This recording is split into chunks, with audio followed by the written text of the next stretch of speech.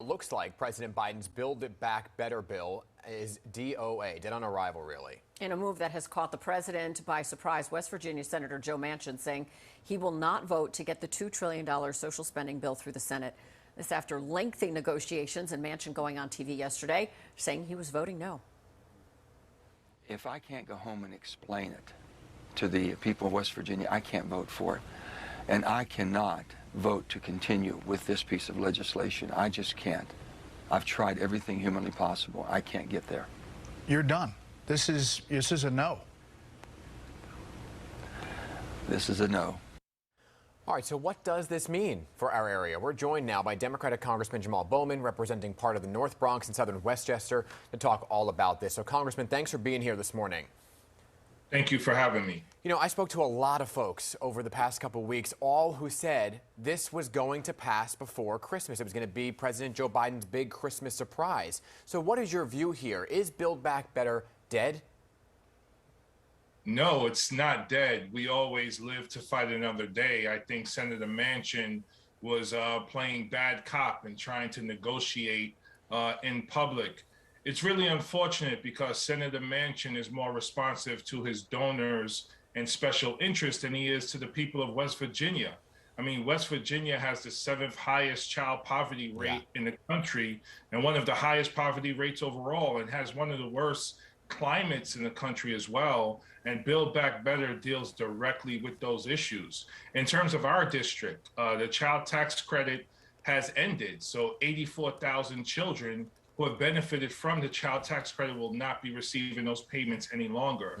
We're talking over 4,000 people who live in public housing who's not going to benefit for those investments. So a lot of loss here and a lot of loss for the country. And Congressman, you touched on a couple of the signature items there. It's a $2 trillion bill. It includes things like paid family leave. It expands Medicare. How does that hit New Yorkers hard, especially when we're still trying to claw our way out of COVID?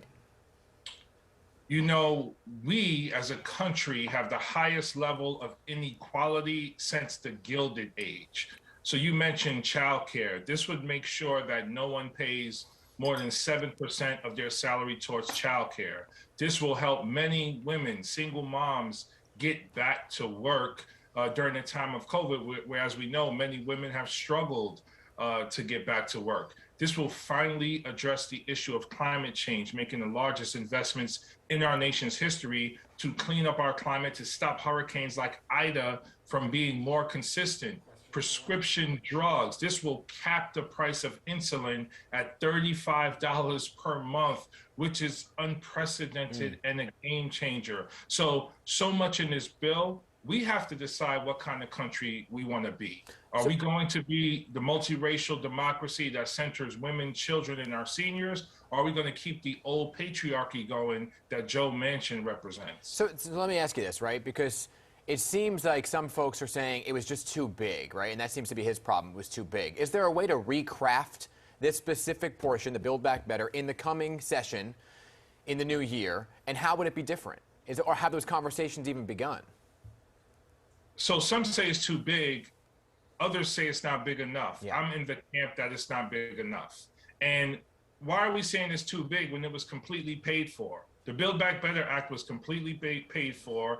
They asked for a CBO score. It was given. It's paid for. Actually, it takes away from the deficit over 10 years. The infrastructure bill adds $256 billion to the deficit over 10 years. That's why you voted no. Yeah, correct. Well, not that reason. I voted no because we didn't pass them both at the same time. Okay. The military budget is $768 billion a year, right? So, you know, it's where it needs to be, and we might have to go bigger because our climate is where it is, and we have these levels of inequality, and this will be the largest social spending bill that we've had in U.S. history. Right. We've left women and people of color behind historically, and we cannot do that again. And Congressman, with just 30 seconds left now, we know about the social spending measures. There were also a lot there to impact climate change. We were talking about impacting methane emissions. What does this mean for our planet here in New York City, where we are certainly affected by climate change?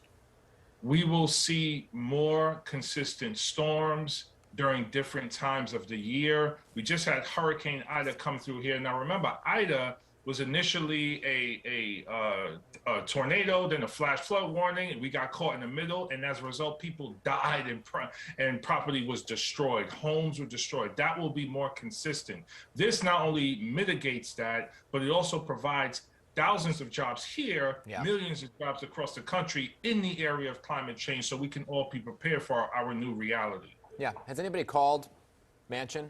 Do you know? I mean, he hasn't put the vote out yet. Is it possible he might flip-flop again? We're all calling Manchin. So everyone is calling Manchin. I'm glad the White House put out a strong statement. And the Senate needs to come back into session. If they can't, as soon as we get back in January, make him take a vote. Make him take a vote on this bill so the record can document his no vote, and then he has to explain that to people in West Virginia. Understood. Congressman Jamaal Bowman, appreciate you being here this morning to talk all about this. Keep us posted if you hear anything, okay? Thank you. Yes, sir. And have a happy holiday. You too. Thank you. All right. 7:20.